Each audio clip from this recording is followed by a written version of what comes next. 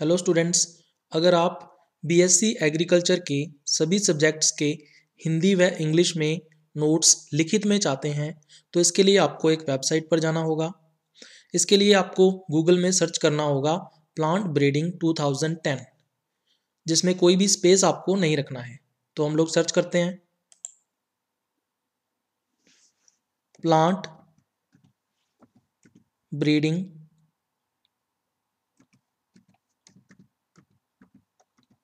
2010 और उसके बाद आपको एंटर दबाना है। जैसे ही आप एंटर पर क्लिक करते हो तो आपको सबसे ऊपर की तरफ एक लिंक दिखाई देगा साइंस एंड एग्रीकल्चर बॉटनी के नाम से। ठीक है, ये वेबसाइट कौन सी है?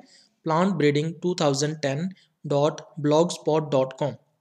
तो इस लिंक को आपको ओपन करना है, तो हम लोग इस पर क्लिक करेंगे। जैसे ही आप लिंक के ऊपर क्लिक करोगे तो आपको एक साइंस एंड एग्रीकल्चर बॉटनी के नाम से वेबसाइट ओपन हुई दिखाई देगी। इसमें आपको लेफ्ट कॉर्नर पर साइड बार पर क्लिक करना है और जैसे ही साइड बार पर क्लिक करोगे तो आपको यहाँ पर अलग अलग सब्जेक्ट्स के जो लिंक्स हैं वो मिल जाएंगे और इसके साथ साथ जो ओल्ड पेपर्स के लिंक्स हैं वो भी आपको यहाँ पर आसानी से मिल जाएंगे, जिनके ऊपर क्लिक करके आप नोट्स तक पहुँच सकते हो। जो सब्जेक्ट्स यहाँ पर मेंशन नहीं हैं वो आने वाले टाइम में यहाँ पर ऐड कर दिए जाएंगे। जेनेटिक्स का नेक्स्ट लेक्चर है मेंडेलियन प्रिंसिपल्स ऑफ हेरिडिटी, आनुवंशिकी के मेंडेलियन सिद्धांत। तो सबसे पहले हम लोग शब्दावली या टर्मिनोलॉजी करेंगे। जो इम्पोर्टेंट टर्म्स या महत्वपूर्ण शब्द जो हैं वो मेंडल की आनुवंशिकी के अंदर यूज़ किए जाते हैं। तो सबसे पहले जीन क्या होता है ये आपको पता होना चाहिए। तो मेंडल ने जीन को कारक कहा था, है ना, कारक या फैक्टर। तो जीन क्या है? अभी वह कारक जो किसी आनुवंशिक लक्षण की अभिव्यक्ति के लिए उत्तरदायी होता है। ठीक है, आनुवंशिक लक्षण या जेनेटिक ट्रेट कौन सा होता है? ऐसा लक्षण जो एक पीढ़ी से दूसरी पीढ़ी में स्थानांतरित होता है। ठीक है, तो उसको एक कारक के द्वारा या एक फैक्टर के द्वारा नियंत्रित किया जाता है। तो ये फैक्टर जो है या ये कारक जो है वो आनुवंशिक लक्षण की अभिव्यक्ति या एक्सप्रेशन, एक्सप्रेशन का मतलब क्या है कि जो आनुवंशिक लक्षण है उसकी अपीयरेंस, ठीक है, या उसका प्रकट होना, उसकी अभिव्यक्ति या एक्सप्रेशन कहलाता है। तो उसके लिए जो कारक या फैक्टर रिस्पॉन्सिबल या उत्तरदायी होता है वो क्या कहलाता है? जीन कहलाता है। जीन को आनुवंशिकता की इकाई भी कहा जाता है।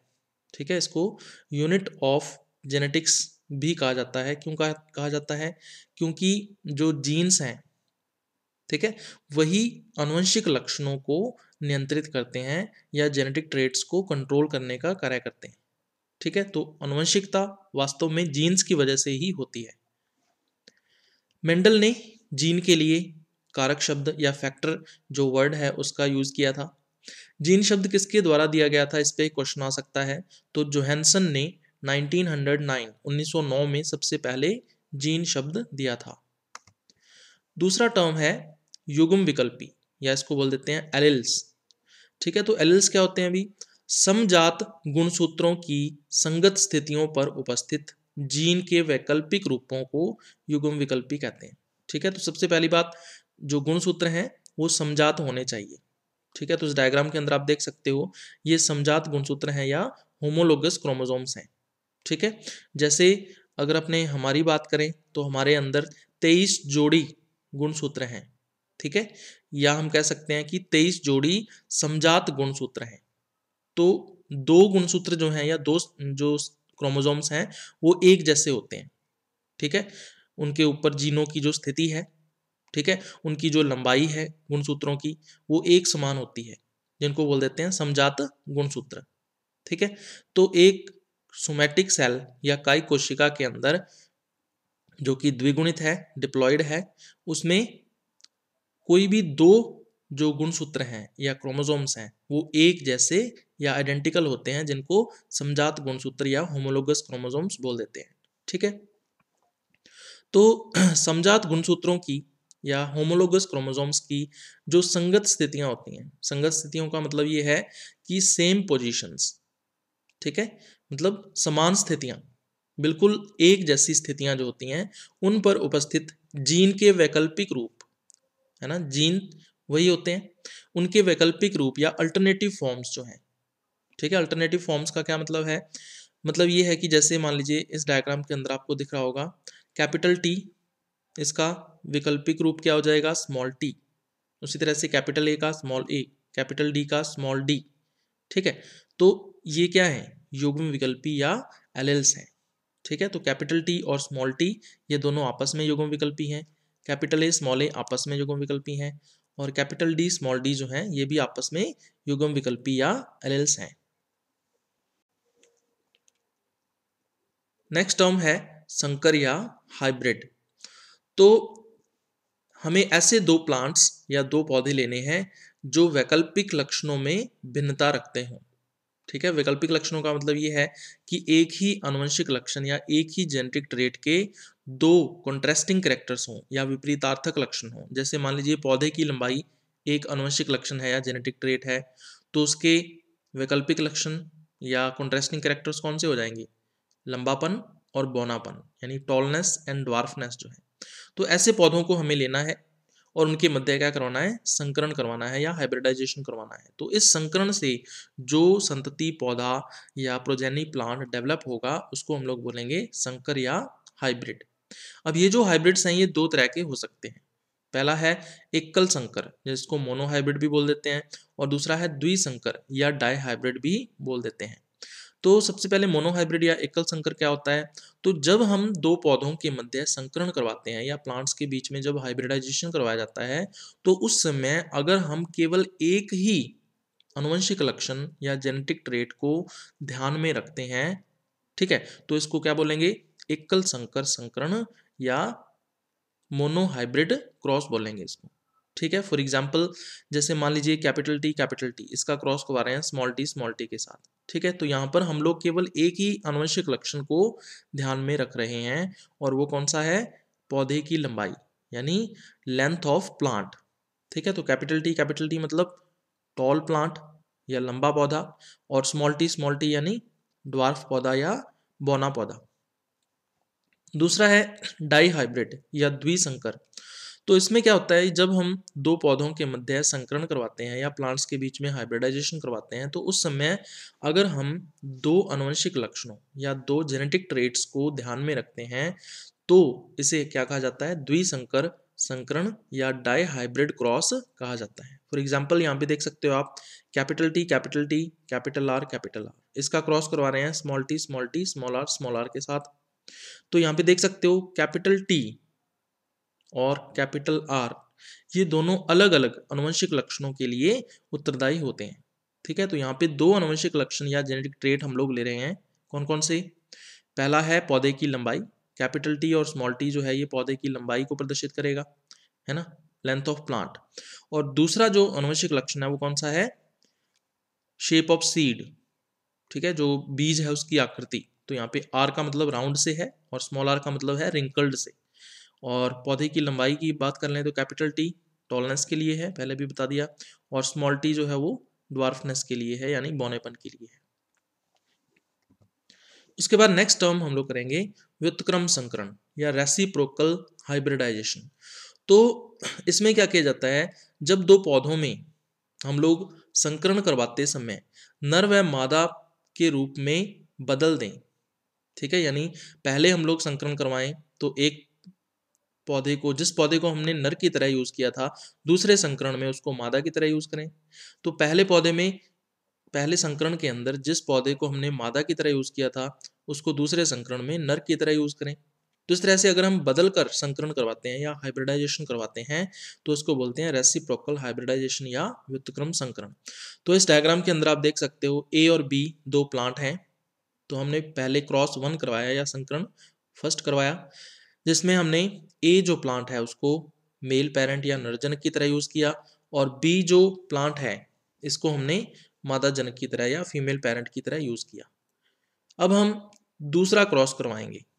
अब जो ए होगा इसको हम लोग मादा जनक की तरह यूज करेंगे। पहले संकरण में इसको नर जनक की तरह यूज किया था, अब हम इसको मादा जनक की तरह यूज कर रहे हैं। इसका क्रॉस बी के साथ करवाएंगे, बी को पहले मादा जनक की तरह यूज किया था, अब हम इसको नर जनक की तरह यूज करेंगे, तो इनके बीच में क्रॉस करवाएंगे तो ये होगा क्रॉस टू। तो क्रॉस टू जो है इसी को ही क्या बोलते हैं, रेसिप्रोकल क्रॉस या व्युत्क्रम संकरण। उसके बाद नेक्स्ट टर्म आती है प्रतीप संकरण या बैक क्रॉस। तो इसमें हम क्या करते हैं, जब F1 संकर या F1 हाइब्रिड जो है, यानी हाइब्रिडाइजेशन का जो उत्पाद होता है या संकरण का जो प्रोडक्ट है उसको F1 संकर बोल देते हैं। तो F1 संकर का जो क्रॉस है या हाइब्रिडाइजेशन है, अगर हम दोनों पेरेंट्स में से या दोनों जनकों में से किसी एक जनक के साथ करवाते हैं तो इसको हम लोग बोलेंगे बैक क्रॉस या प्रतीप संकरण। यहाँ पे डायग्राम के अंदर देख सकते हो, ए का क्रॉस हमने करवाया बी के साथ, तो ए और बी क्या है, अभी दोनों जनक पौधे हैं, पेरेंट प्लांट्स हैं। इनके क्रॉस से क्या विकसित होगा, अभी F1 हाइब्रिड या F1 संकर विकसित होगा। अब अगर हम इस F1 संकर या F1 हाइब्रिड का क्रॉस करवाते हैं किसके साथ, ए या बी के साथ, तो ए या बी के साथ अगर हम क्रॉस या संकरण करवाते हैं तो इसको हम लोग बोलेंगे बैक क्रॉस या प्रतीप संकरण। उसके बाद नेक्स्ट टर्म आती है परीक्षण संकरण या टेस्ट क्रॉस भी बोल देते हैं इसको। तो इसमें क्या होता है, अभी जब F1 संकर का जो क्रॉस है या हाइब्रिडाइजेशन है F1 हाइब्रिड का, किसके साथ करवाया जाता है, अप्रभावी जनक के साथ यानी रिसेसिव पेरेंट के साथ करवाया जाता है, तो इसको हम लोग बोलते हैं परीक्षण संकरण या टेस्ट क्रॉस। ठीक है, तो आप देख सकते हो डायग्राम के अंदर कैपिटल टी का क्रॉस करवाया हमने स्मॉल टी के साथ। तो ये दोनों के दोनों क्या है, जनक पौधे हैं, पेरेंट प्लांट्स हैं।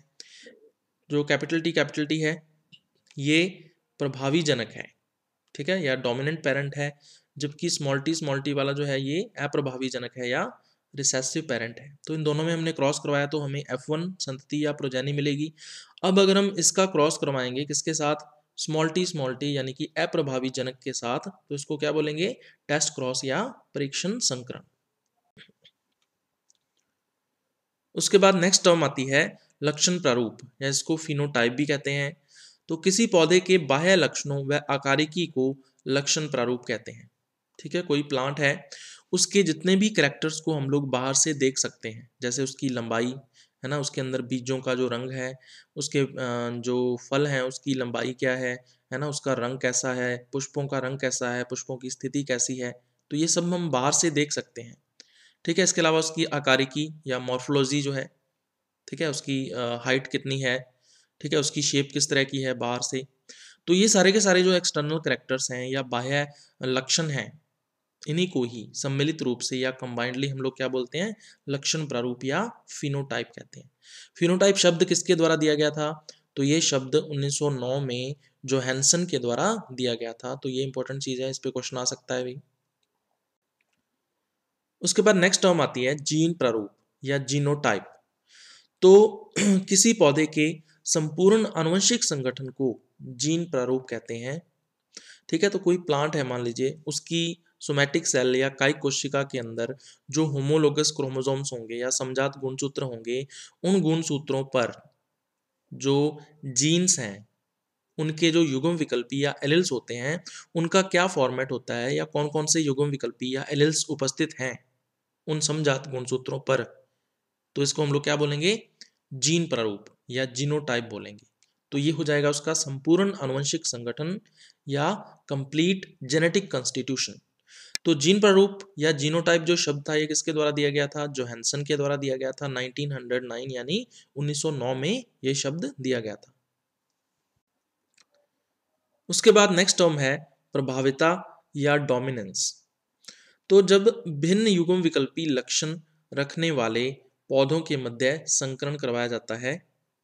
ठीक है, भिन्न युग्म विकल्पी लक्षण, इसका क्या मतलब है, जैसे मान लीजिए एक आनुवंशिक लक्षण या जेनेटिक ट्रेट है पौधे की लंबाई या लेंथ ऑफ प्लांट, उसके दो युग्म विकल्पी लक्षण होंगे, एक तो होगा लंबापन यानी टॉलनेस और दूसरा होगा बौनापन यानी ड्वार्फनेस। तो एक पौधा हमने बौना ले लिया और एक पौधा हमने लंबा ले लिया, तो इस तरह के लक्षणों को क्या बोलेंगे, युग्म विकल्पी लक्षण। तो भिन्न युग्म विकल्पी लक्षण रखने वाले हमें पौधों को लेना है, प्लांट्स को लेना है और इनके बीच में क्रॉस या हाइब्रिडाइजेशन करवाना है। ठीक है, संकरण करवा दिया। तो संकरण से जो F1 संकर उत्पन्न होगा या F1 हाइब्रिड जो हमें प्राप्त होगा, उसमें दोनों विकल्पी लक्षणों में से, ठीक है, दोनों के दोनों जो अल्टरनेटिव कैरेक्टर्स हैं या ट्रेट्स हैं, उनमें से केवल एक ही ट्रेट या लक्षण जो है उसकी अभिव्यक्ति होती है या उसका एक्सप्रेशन होता है। ठीक है, जैसे लंबापन और बौनापन, इन दोनों में से या तो पौधा लंबा होगा या फिर पौधा ड्वार्फ होगा, तथा दूसरा लक्षण छुप जाता है, जो दूसरा जो करेक्टर है वो छुप जाता है। तो यहाँ पे लंबेपन का जो ट्रेट है या लक्षण है वो अभिव्यक्त हो जाएगा, एक्सप्रेस हो जाएगा, जबकि दूसरा लक्षण यानी कि जो ड्वार्फनेस है या बौनेपन का जो लक्षण है वो छुप जाता है या हिडन हो जाता है। ठीक है, तो ये है प्रभाविता या डोमिनेंस। जिस लक्षण की अभिव्यक्ति होती है या एक्सप्रेशन होता है उसको हम लोग बोलते हैं प्रभावी लक्षण या डोमिनेंट कैरेक्टर या डोमिनेंट ट्रेट, जबकि जो छुपने वाला लक्षण है यानी कि जो हिडन हो जाता है जो ट्रेट, उसको बोल देते हैं अप्रभावी लक्षण या रिसेसिव ट्रेट। तो इस डायग्राम के अंदर आप देख सकते हो भी कैपिटल टी का क्रॉस करवाते हैं स्मॉल टी के साथ। तो यहाँ पे कैपिटल टी का जो फिनोटाइप है वो कैसा होगा अभी, लंबापन, पौधा कैसा होगा, लंबा होगा, स्मॉल टी है तो पौधा कैसा होगा, ड्वार्फ होगा। इन दोनों में हमने क्रॉस करवाया तो capital T small T genotype इसमें आ जाएगा। तो ये F1 हाइब्रिड है। अब इस पौधे के अंदर केवल एक ही लक्षण प्रकट होगा, तो वो कौन सा होगा अभी, टॉल प्लांट। इसका मतलब टॉलनेस या लंबेपन का जो लक्षण है वो यहाँ पे प्रकट हो गया। ठीक है, तो इसका मतलब जो टॉलनेस है या लंबापन है वो प्रभावी लक्षण है या डोमिनेंट ट्रेट है, जबकि जो ड्वार्फनेस है या हम कह सकते हैं बौनापन है वो अप्रभावी लक्षण या रिसेसिव ट्रेट है। उसके बाद नेक्स्ट टर्म आती है समयुग्मजी या होमोजाइगस। तो जब किसी पौधे में किसी लक्षण के लिए युग्म विकल्पियों के दोनों कारक समान होते हैं, ठीक है, मान लीजिए कोई एक जेनेटिक ट्रेट या अनुवंशिक लक्षण की हम लोग बात कर रहे हैं किसी एक पौधे के अंदर, तो उस अनुवंशिक लक्षण के दो युग्म विकल्पी होंगे। जैसे मान लीजिए लंबेपन की बात कर रहे हैं, पौधे की लंबाई की बात कर रहे हैं, तो उसके अंदर दो युग्म विकल्पी होंगे, कैपिटल टी और स्मॉल टी, है ना, एक लंबेपन के लिए होगा और दूसरा बौनापन के लिए होगा। तो कहते हैं कि युग्म विकल्पियों के दोनों कारक समान हो, यानी कि दोनों के दोनों कैपिटल टी हो या फिर दोनों के दोनों स्मॉल टी हो। ठीक है, तो इसको क्या बोलते हैं हम लोग, समयुग्मजी अवस्था या होमोजाइगस स्टेट बोलते हैं। ये शब्द किसके द्वारा दिया गया था, बेटसन के द्वारा दिया गया था 1902 के अंदर, 1902 में। फॉर एग्जांपल, उदाहरण के लिए यहाँ पे capital T, small T, capital are और स्मॉल आर, तो ये चारों की चारों जो है वो समयुग्मजी या होमोजाइगस स्टेट्स हैं। उसके बाद नेक्स्ट टर्म आती है विषम युग्मजी या हेट्रोजाइगस। तो जब किसी पौधे में किसी लक्षण के लिए युग्म विकल्पियों के दोनों कारक भिन्न होते हैं तो इसे विषम युग्मजी अवस्था कहते हैं। ठीक है, तो किसी प्लांट के अंदर हम लोग किसी एक जेनेटिक ट्रेट या आनुवंशिक लक्षण की बात कर रहे हैं, उसके दो युग्म विकल्पी हैं, तो दोनों के दोनों अगर युग्म विकल्पी भिन्न होते हैं, जैसे कैपिटल टी स्मॉल टी के साथ आ जाए, कैपिटल आर स्मॉल आर के साथ आ जाए, तो इस तरह की जो कंडीशन है वो क्या कहलाती है, विषम युग्मजी अवस्था या हेट्रोजाइगस स्टेट कहलाती है। तो ये शब्द किसके द्वारा दिया गया था, बेटसन के द्वारा 1902 के अंदर, 1902 में ये शब्द जो था वो दिया था। उदाहरण के लिए जैसे capital T small T, capital R small are, तो ये जो कंडीशंस हैं वो क्या कहलाती हैं, विषम युग्मजी या हेट्रोजाइगस। उसके बाद हम लोग करेंगे मेंडल के आनुवंशिकता के नियम या मेंडल्स लॉज ऑफ इनहेरिटेंस। तो वर्ष 1900 के अंदर, है ना, ईयर 1900 जो है इसको मेंडलवाद की पुनर्खोज का वर्ष या हम कह सकते हैं year of rediscovery of Mendelism के नाम से भी जाना जाता है। ठीक है, क्योंकि वर्ष 1900 में तीन अलग अलग वैज्ञानिकों ने अलग अलग देशों के अंदर अलग अलग प्लांट्स पर खोज की, डिस्कवरी की और वही रिजल्ट्स या वही परिणाम प्राप्त किए जो मेंडल ने प्राप्त किए थे। ठीक है, तो ये तीन वैज्ञानिक कौन कौन से थे, इनके नाम आपको ध्यान में रखने हैं।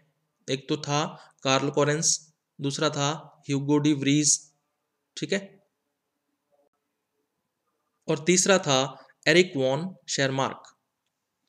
तो कार्ल कोरेंस जो था इसने मेंडल की खोज को, जो भी मेंडल ने डिस्कवरी की थी या खोज की थी, उसको आनुवंशिकता के नियमों के रूप में एस्टैब्लिश किया या स्थापित किया। ठीक है, जेनेटिक्स के लॉज के रूप में कार्ल कोरेंस ने इसको एस्टैब्लिश किया था। तो ये 4 लॉज या 4 नियम कौन कौन से हैं इनके बारे में आपको पता होना चाहिए। पहला है प्रभाविता का नियम या लॉ ऑफ डोमिनेंस। दूसरा है युग्मकों की शुद्धता का नियम या law of purity of gametes. तीसरा है पृथक्करण का नियम या लॉ ऑफ सेग्रीगेशन। और चौथा है स्वतंत्र अपव्यूहन का नियम या लॉ ऑफ इंडिपेंडेंट असॉर्टमेंट। तो सबसे पहले हम लोग देखेंगे प्रभाविता का नियम या लॉ ऑफ डोमिनेंस। तो इस नियम के अनुसार जब भिन्न युग्म विकल्पी लक्षण रखने वाले पौधों के मध्य संकरण कराया जाता है, ठीक है, इसका क्या मतलब है? इसका मतलब ये है कि एक पौधा है, दो पौधे हैं, दोनों के अंदर अलग अलग या भिन्न युग्म विकल्पी लक्षण हैं।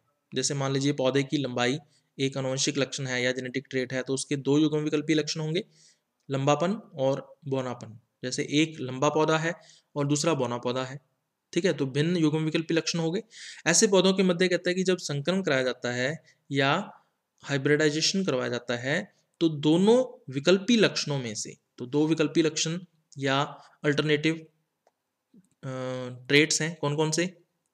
एक तो लंबापन यानी टॉलनेस और दूसरा ड्वार्फनेस यानी बौनापन। इन दोनों में से कहता है कि एक ही लक्षण की अभिव्यक्ति होती है, ठीक है, तो कौन से लक्षण की अभिव्यक्ति यहाँ पे होगी भी? टॉलनेस या लंबेपन की। तथा दूसरा लक्षण या दूसरा ट्रेट छुप जाता है, तो यहाँ पे कौन सा लक्षण छुप जाएगा? जो ड्वार्फनेस होगी यानी कि बौनापन होगा वो छुप जाएगा। अभिव्यक्ति वाले जो लक्षण है, जिसका एक्सप्रेशन हो गया है, जिसकी अभिव्यक्ति होगी, उसको हम लोग बोलेंगे प्रभावी लक्षण या डोमिनेंट ट्रेट। जबकि जो छुपने वाला लक्षण है ना, या हिडन जो ट्रेट होगा, उसको क्या बोलेंगे? अप्रभावी लक्षण या रिसेसिव ट्रेट। ठीक है, तो ये है भी लॉ ऑफ डोमिनेंस या प्रभाविता का नियम। इसके कुछ अपवाद भी हैं, एक्सेप्शंस भी हैं, तो वो ध्यान में रखने हैं। जैसे सह प्रभाविता, जिसको कोडोमिनेंस भी बोलते हैं, और अपूर्ण प्रभाविता, जिसको इनकम्प्लीट डोमिनेंस भी कहा जाता है। तो इस डायग्राम के अंदर आप देख सकते हो भी कैपिटल टी एक टॉल प्लांट है, होमोजाइगस, ठीक है, तो इसका क्रॉस हम लोग करवाते हैं स्मॉल टी ड्वार्फ प्लांट के साथ। तो जब इन दोनों के बीच में क्रॉस करवाया जाता है तो जीन प्रारूप क्या आ जाएगा? Capital T small T. इसको F1 प्रोजेनी या संतति बोल देंगे। और ये पौधा कैसा होगा भी? टॉल प्लांट होगा, यानी लंबा पौधा होगा। तो इसका मतलब क्या हुआ कि जो टॉलनेस या लंबेपन का गुण है वो क्या है? डोमिनेंट कैरेक्टर है या प्रभावी लक्षण है। जबकि जो बौनेपन का या ड्वार्फनेस का ट्रेट है, ठीक है, वो क्या है? रिसेसिव कैरेक्टर है या अप्रभावी लक्षण है। उसके बाद दूसरा नियम या दूसरा लॉ हम लोग करेंगे युग्मकों की शुद्धता का नियम या law of purity of gametes. तो ये नियम क्या कहता है कि प्रत्येक पौधे से बनने वाले युग्मक 100% शुद्ध होते हैं। ठीक है, एक प्लांट से जितने भी गैमेट्स बनेंगे, चाहे वो मेल गैमेट हो या फीमेल गैमेट हो, नर युग्मक हो या मादा युग्मक हो, वो 100% शुद्ध होते हैं या 100% प्योर होते हैं। ठीक है, एक जीन के जो दोनों युग्म विकल्पी होते हैं, है ना, जैसे मान लीजिए एक जीन है लंबेपन का, उसके दो युग्म विकल्पी होंगे कैपिटल टी और स्मॉल टी। तो कहता है कि कभी भी साथ साथ एक युग्मक में नहीं रह सकते। ठीक है, जो युग्मक हैं वो हैप्लॉइड या एगोनित होते हैं। ठीक है, तो कहता है कि दोनों के दोनों कैपिटल टी और स्मॉल टी दोनों के दोनों एक ही युग्मक में नहीं रह सकते। तो इसका मतलब या तो गैमेट के अंदर कैपिटल टी होगा या फिर गैमेट के अंदर स्मॉल टी होगा। ठीक है, तो इसका मतलब जो गैमेट है वो 100% क्या होता है? शुद्ध होता है। युग्मक 100% प्योर होता है। तो इस डायग्राम के अंदर देख सकते हो capital T small T tall plant है, लंबा पौधा है जिसका जीन प्रारूप कैपिटल टी स्मॉल टी है। तो इसके अंदर दो युग्म विकल्पी या एलील्स आपको दिख रहे होंगे F1 हाइब्रिड के अंदर। तो जब इस पौधे में गैमेट्स बनेंगे तो ये कैपिटल टी स्मॉल टी एक दूसरे से पृथक हो जाते हैं। कैपिटल टी अलग युग्मक या गैमेट में चला जाता है और स्मॉल टी जो है ये अलग गैमेट या युग्मक में चला जाता है। तो इसका मतलब जो गैमेट है वो 100% प्योर होगा या शुद्ध होगा, ये कभी भी हाइब्रिड या संकर नहीं हो सकते। तो ये है दूसरा नियम या लॉ। उसके बाद तीसरा नियम या लॉ आता है पृथक्करण का नियम या लॉ ऑफ सेग्रीगेशन। इसको विसंयोजन का नियम भी कहा जाता है।